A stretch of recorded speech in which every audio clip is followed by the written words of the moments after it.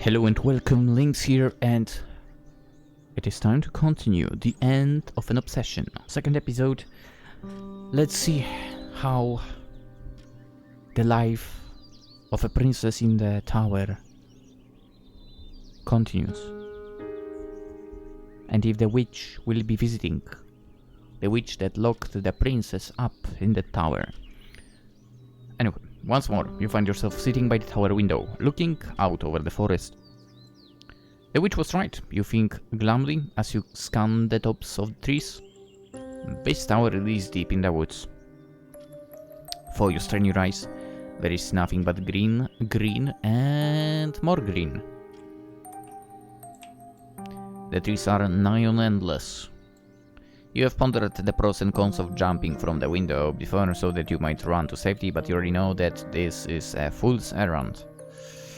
Your room in this stone tower is too high up. For one thing, for you to jump. If you were to attempt it, you would shatter both your legs, or worse. Definitely worse. You are unsure whether you will survive the fall, no matter how verdant the grass is at the base of your tower. And even if you did survive, you would not know where to run. You would not know where the nearest city is.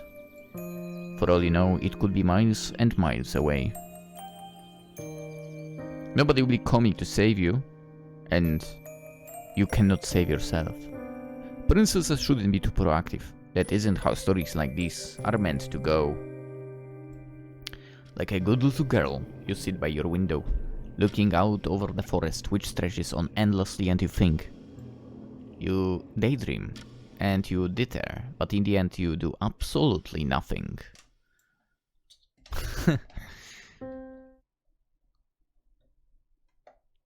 And so the days pass. Once again, the witch doesn't come to see you. It's been 2 days since last you saw her. Only 2 days, but the time has begun to drag. If she went through all of the effort to kidnap you, then shouldn't she make an effort to spend a bit more time with you? You'll have to give her a piece of your mind, but next time you see her... Ooh, can you do that for? Are you able to? It really isn't proper, leaving a lady such as yourself alone for so long. But has it really been that long? It has only been 2 days. But it's not so very much. Why then do you feel so uneasy?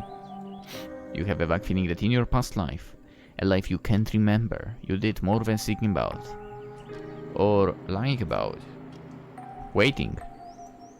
But what else do princesses do other than wait? They wait in their palaces for balls, and then wait at these balls to be asked to dance. And then they wait for handsome princes to propose and whisk them away to other big castles.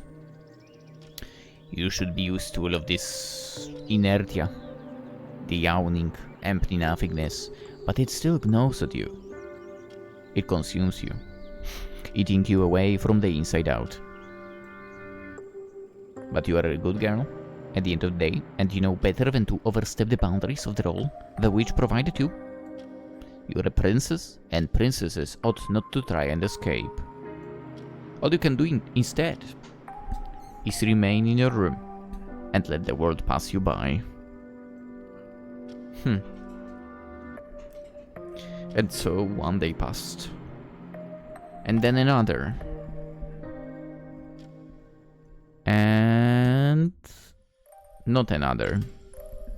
Dear one, it really is good to see you again. I missed you. That is what the witch says when she appears in your tower one sunny morning, after smoothing down the satiny fabric of her petal-shaped gown and adjusting her hair. You jump upon hearing the witch's honeyed words and drop the book you were perusing from your awkward fumbling fingers. Wide-eyed, you glance towards the window, where your unexpected, for perhaps anticipated, guest is standing. You hope it does not show on your face. You do not want to be too woefully obvious, but part of you is relieved to see the witch again. You still do not care for her, of course. She's your captor, but her company is better than no company. For you have always had a fondness for reading, Books can only alleviate so much of your loneliness. It is always better to have somebody else to speak to, even if that somebody else is a witch. How have you been getting along, dear one? The witch asks you, her voice positively skipping as she approaches you. I hope you've not been too bored without me. Your cheeks prickle as you dip her head. Quietly, you mumble something in response, but it has not been too bad really. You have been reading and books are... Amusing diversions, yes. I know that full well. I used to read a lot myself when I was younger and more awkward than I am now. In my youth, all of my friends could be found inside of books. I'm glad that we have so much in common. You'll have to tell me all about the stories you've been reading later. But for now... The witch looks you up and down. She takes in your disheveled state. You have not been awake long, for the sun is high in the sky and toots. Your hair is full of more knots and tangles than a bramble bush, and the color of your off-white nightgown is slipping down one of your shoulders. You must make quite the sight. A supposition that the witch affirms with a click of her tongue. Dear, dear, you have not been looking after yourself at all. I know being shut up in this tower must be tedious, but you are still a princess. You can't afford to be so careless with your appearance. You really would be helpless without me. The witch retrieves the brush from your bedside table, then approaches you. Let's get you looking pretty, shall we? The mattress depresses beneath the witch's thighs and you sigh. You know there is little point trying to pull away from her. Even if you did, where would you go? Yeah. There is nowhere to run from to. The witch is all that you have. Without her you are nothing. Your own worthlessness has already been imbued deep within your bones. You do not want to admit it, but even you cannot deny the wave of relief which comes when you finally submit to her.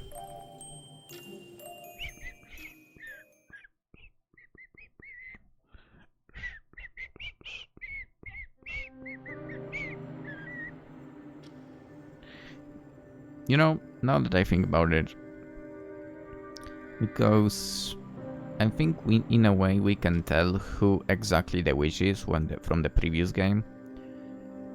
I wonder if the princess is also the princess from that certain route. Will be a bit of a twist. The witch stays with you in your tower for a few days, just as she did when you were first incarcerated.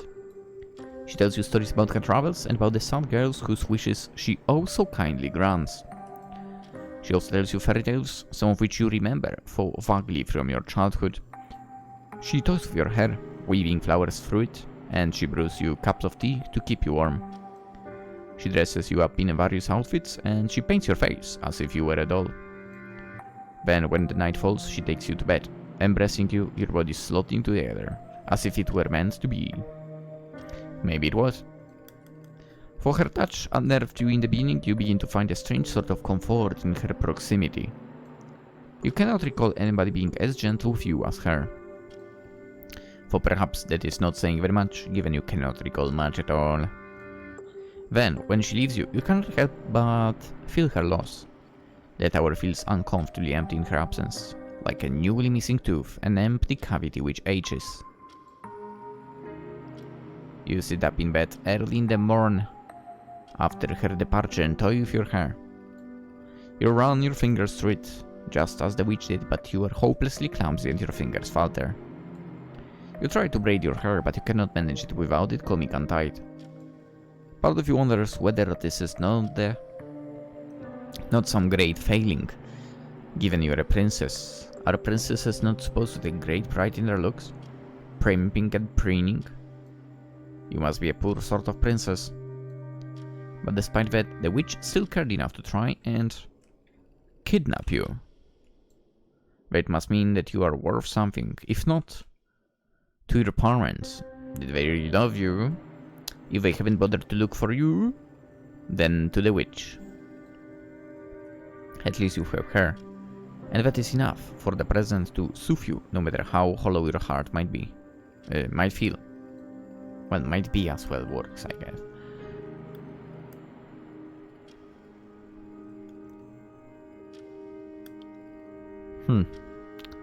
The days pass once again. The days pass by slowly as you wait for the witch's return. Not you try to tell yourself that you really care about her. She might have braided your hair oh so gently, threading flowers through it, and she might have fed you sugary sweet treats with her fingers. But still, she tore you away from everything you once knew and loved. She has ruined your life. You know that you should despise her.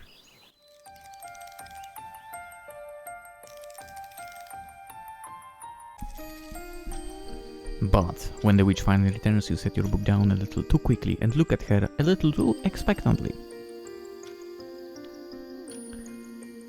The witch seems to notice that. She notices everything with those eagle eyes of hers, because she giggles and says, My, somebody's eager. Did you miss me that much, dear one? Your face flushes at this, like a red-capped mushroom, and inwardly you wince. You wish you weren't so transparent. You look at your feet, you cannot look at the witch, your captor, and mumble something that is only faintly intelligible. Your response is hardly elegant, but the witch catches the general gist because she chuckles. Ha! Come now, don't be like that. I know that you like me, really. Otherwise you wouldn't look so enthusiastic. You tell the witch slowly, in the voice of truculent child, that you are not enthusiastic. She's reading too much into this. Ah, if you say so, dear. The witch smiles, then reaches into the wicker a basket that dangles from the crook of her arm. Ah, it seems like you're determined to be difficult today. For why, I don't know. You'll ruin your pretty face calling at me like that. But maybe this will cheer you up. The witch draws something from her basket and, entranced despite yourself, you observe her. You see that she's clutching a small stack of books. 3 of them. To be precise, bound in leather. She holds them to you like a peace offering. Her smile is soft. Here? Is this enough to satisfy you, dear one? You thank the witch for her thoughtfulness, feeling shamed by your earlier conduct, and she beams.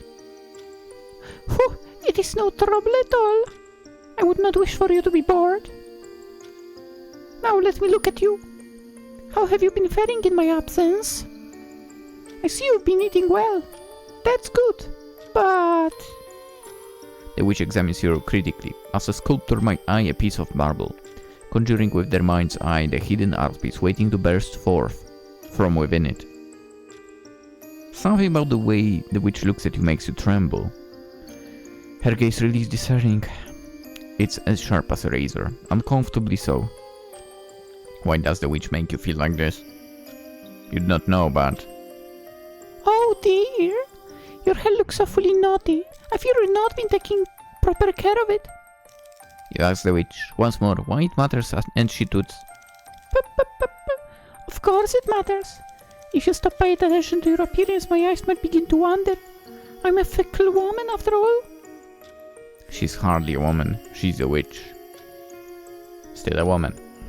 Yes, exactly. We're notorious for being inconstant. For I suppose that is what happens when one lives as long as we do. The witch chuckles. Then retrieves the gilt-backed brush from your bedside table next to the pile of books. Now, would you let me take care of you? Let's get you looking presentable. You bristle at the witch's words. How impetuous she is. For you wonder whether the response mightn't be in part from anticipation. The thought of being taken care of is not wholly unpleasant, even if the one who means to take care of you is a witch. I mean, yeah. Attractive witch, obviously. I agree. It's been almost a month since you were kidnapped. Not that you know it. Time has lost all meaning to you. Shut away within your tower, but it continues still. That is 30 days and soon to be 30 nights. More than 700 hours spent trapped with the stoned walls of your new home. Yes, you suppose you've begun to regard this place as home. It is where you live now. Whether you like it or not, you have not yet found a way to escape. You do not know if such a way exists. I mean, makes sense. Have you tried the doors? The walls of your tower are thick and impermeable, and your room is too high up for you to jump out of the window. There are no stairs which lead downwards to the entrance at the base of the tower, if indeed there is an entrance at the base of the tower. Wait, how does the witch enter then? For all you know, there is no way out. Is that not what the witch told you? She said she was the only one able to enter and exit at will. Gotcha. You meanwhile are quiet in her troll, incapable of escaping. You have been in there for such a long time, you are beginning to wonder whether you even want to escape. Where would you go if you were able to leave? What would you do? You do not know. So you continue to stay there. There is nothing else for you to do.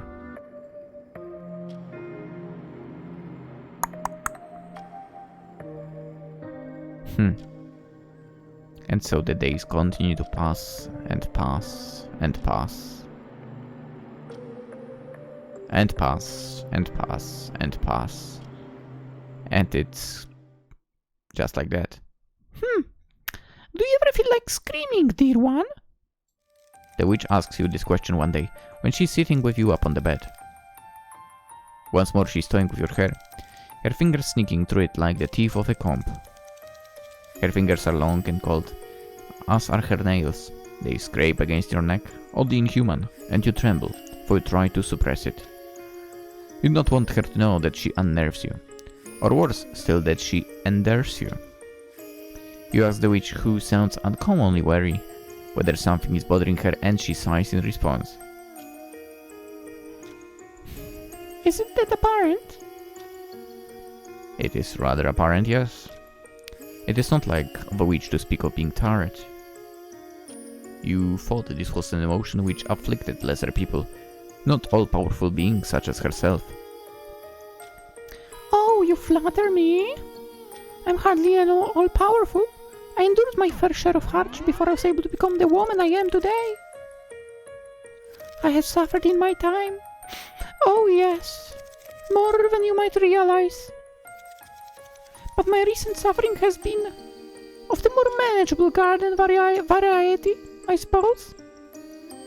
You incline your head, taking care not to disturb the delicate braids the witch is twining through your hair in interest. What manner of suffering could be described as garden variety?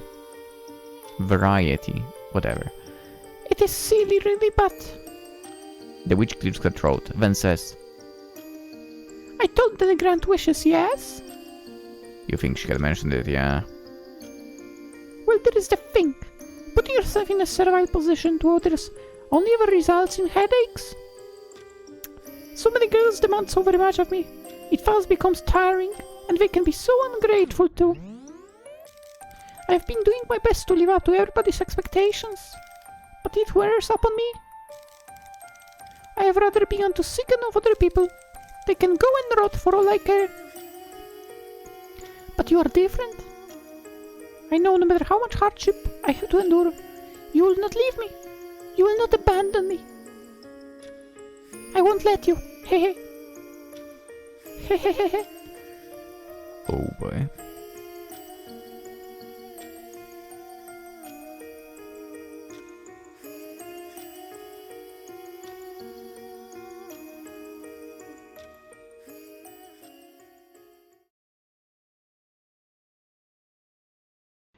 Oh my, you really have become obedient, dear one.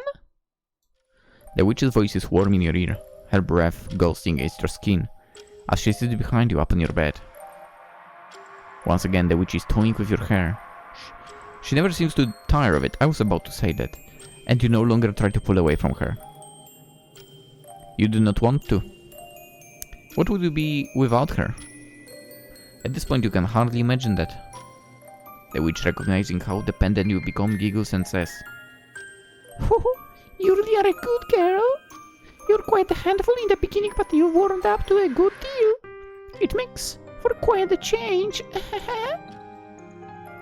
Now tell me, dear one, do you miss me when I am not here?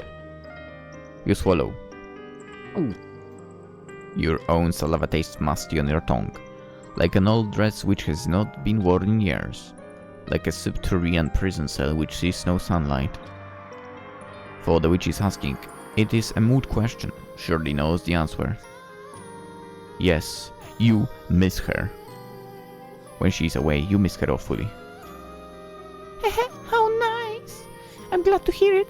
It's wonderful that you can finally be honest with yourself, but I think you're still holding back. Holding back? Indeed. I think your feelings towards me, dear one, are even more intense than that. If you miss me, then it makes me wonder.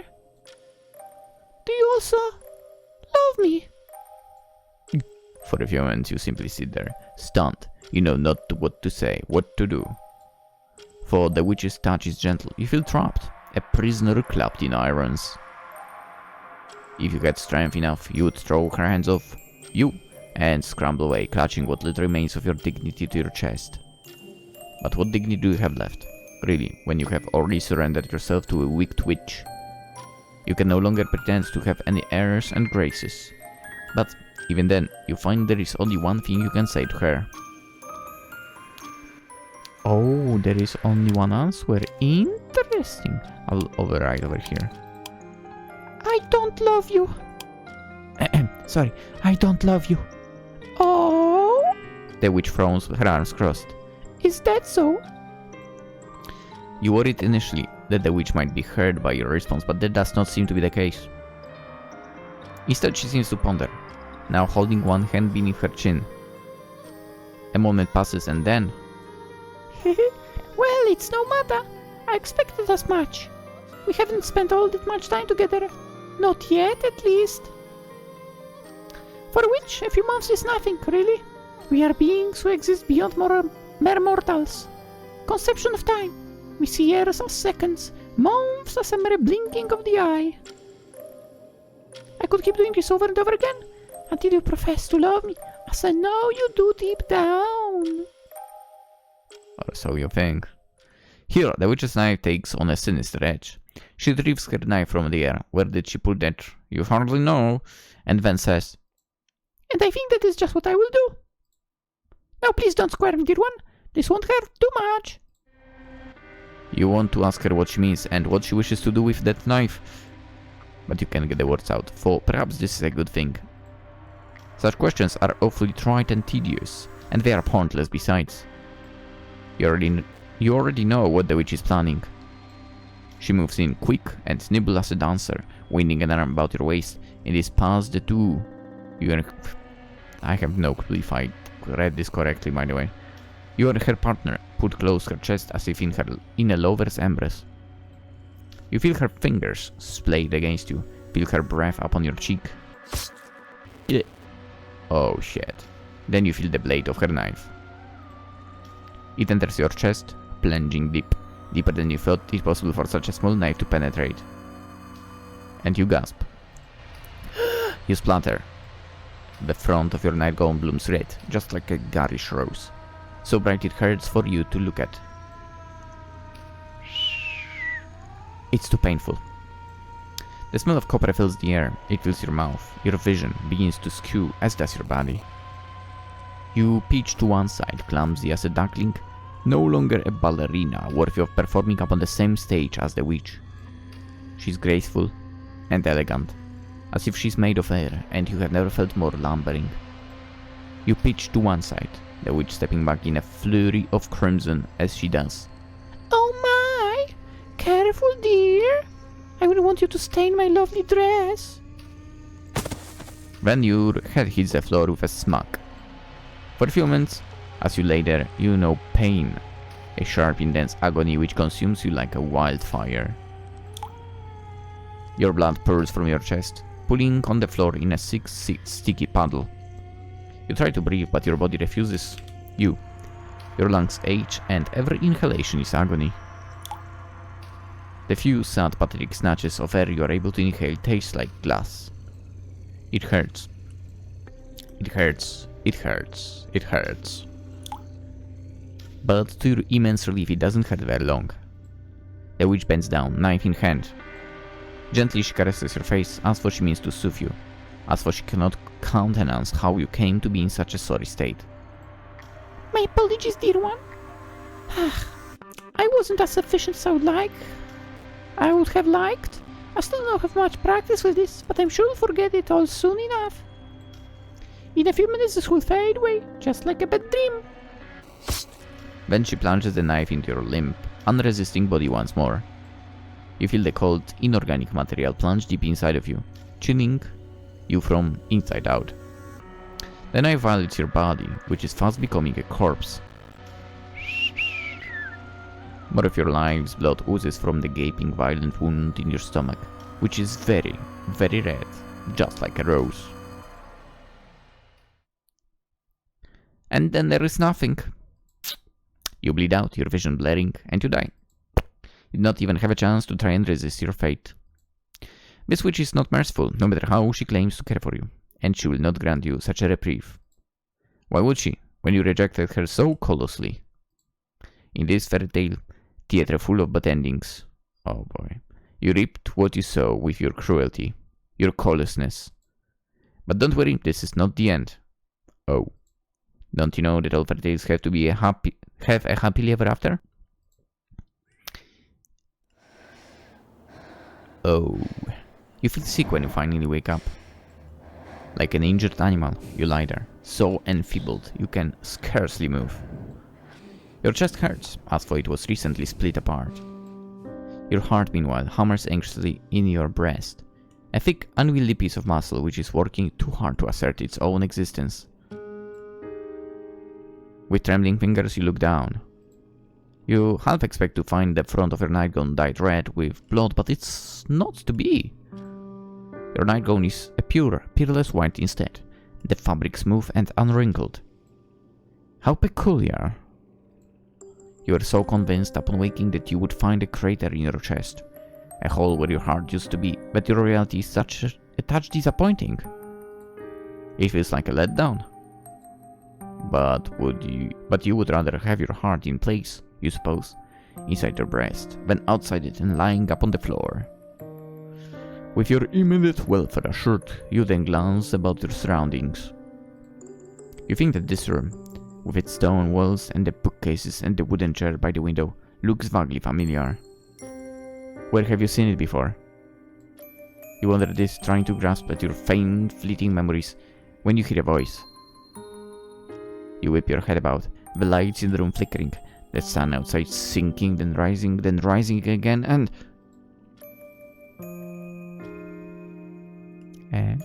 Oh, I see you're finally awake. You recognize the voice, but where is its owner?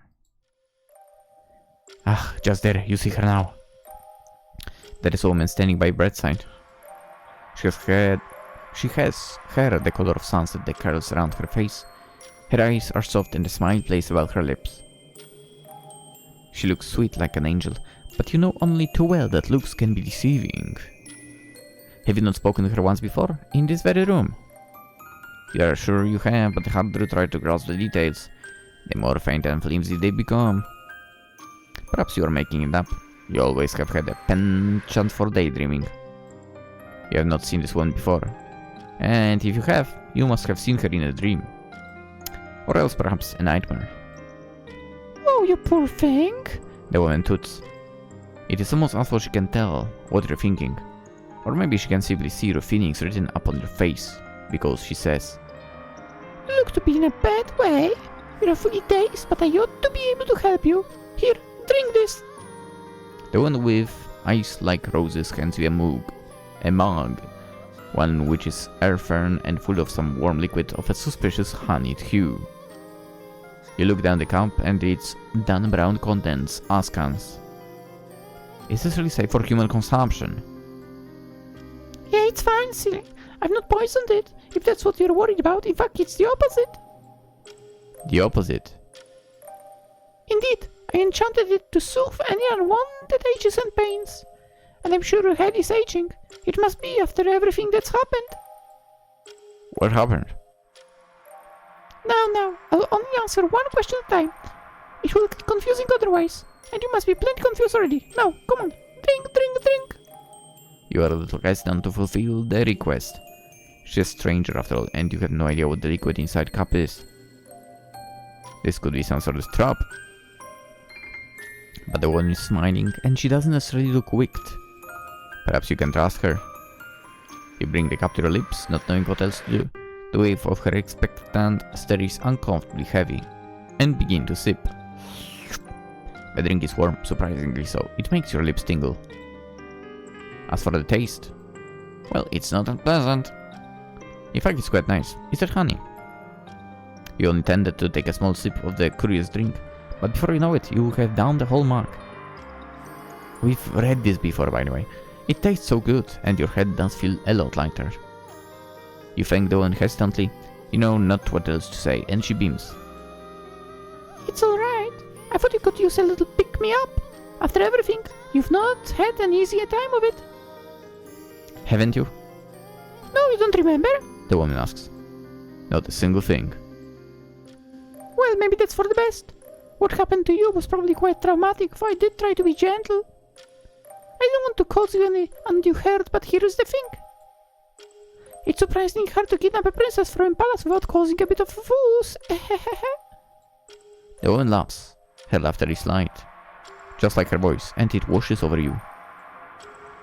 It ought to be soothing, just like the drink she prepared you, but it isn't. Your shoulders do not get any looser. Instead, your whole body tightens. A princess, did she say? Yeah, that's right, you're a princess and I'm a witch. Everybody in the kingdom said you were singularly beautiful.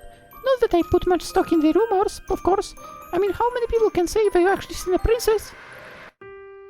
I thought it was all hearsay. Just stuff and nonsense, really. But then I happened to glimpse you during a royal ball, held to celebrate your 18th year, and realized the rumors were all true. You really are beautiful. Oh, you're so beautiful, in fact I had to have you for myself. The woman, the witch, leans forwards. She's still smiling, but there is something unsettling about it. Her teeth, you realize with a start, are awfully sharp. Her nails, meanwhile, are terrifyingly long. She cups your face in her hands, her long fingers resting against your cheekbones. Her nails scrape against your skin like knives. Her breath smells sweet, but only superficially so. Underneath it you think you can detect something of the crypt, something faulted. I've been laying low for a while, keeping to myself. I've been awfully good these last 100 years. But if it does get boring, you know, always being on my very best behavior. I'm a witch, so I'm supposed to cause the odd commotion here and there. It's all part of the profession. Witches exist to curse people and to cause problems. Lightly the witch giggles, her sickly sweet breath skimming your face. And princesses exist to be kidnapped, especially pretty ones like you. That's the way it is. It's the way it's always been. I'm just fulfilling my role in this little story, so please don't get mad at me. We can't help our innate natures. The witch leans in further still, her long fair eyelashes trembling. You looked so pretty in that gown of yours, which was paler than the moonlight. But I think you look even prettier as my prisoner, at my mercy in this tower. You are in a tower? Yeah, that's right. It's a nice tall tower, out in the forest. Nobody knows where it is except myself, and it's protected by all sorts of enchantments. It's not possible for anybody to get in or out, anybody except me, of course. The king and the queen can send out as many search parties as they want. It won't make a blind bit of difference. You'll not be escaping here in a hurry. You're all mine, to do with as I please. And I'm not going to let you go, haha. The witch's eyes flash like lightning. For a few moments she looks unsettling, unnervingly inhuman. You want to push her away, but you can't. Your body no longer wants to obey you. Was the beverage she gave you earlier the one which tasted of honey? You not know. You have no earthly clue why your body has frozen, why you cannot bend your fingers or nor blink your eyelids. But these thoughts, and all other thoughts for that matter, are soon scattered. The witch dips her head. She closes her eyelids, her long lashes matting together. She parts her lips. Then she presses her mouth, which tastes of sugar and soil, and something sinister, something which you cannot describe, against yours. You, of course, are powerless to resist. How could you ever hope to push her away? You're only a princess. She meanwhile is a witch. It is her job to dominate you. Is that not how stories such as this always go? Perhaps. Alright, we skipped a day. So, we are going to end it here. Dude, it's after 4 in the morning, actually. So, I'm going to sleep. The princess is going to sleep. The witch is going to sleep. Everyone is going to sleep. And we'll continue tomorrow to see what's gonna happen next. I guess we might be going through all the days again until the choice. Maybe, but maybe earlier? Who knows? Who knows? Well, I don't yet. We'll find out eventually. So, for now, let's cut it, and the continuation tomorrow. Link to the game in the description, of course. You can also consider liking the video, subscribing. Always super appreciated. And let's play some more games. Yeah. Alright, but for today, I'm out. Have a good one. Bye-bye.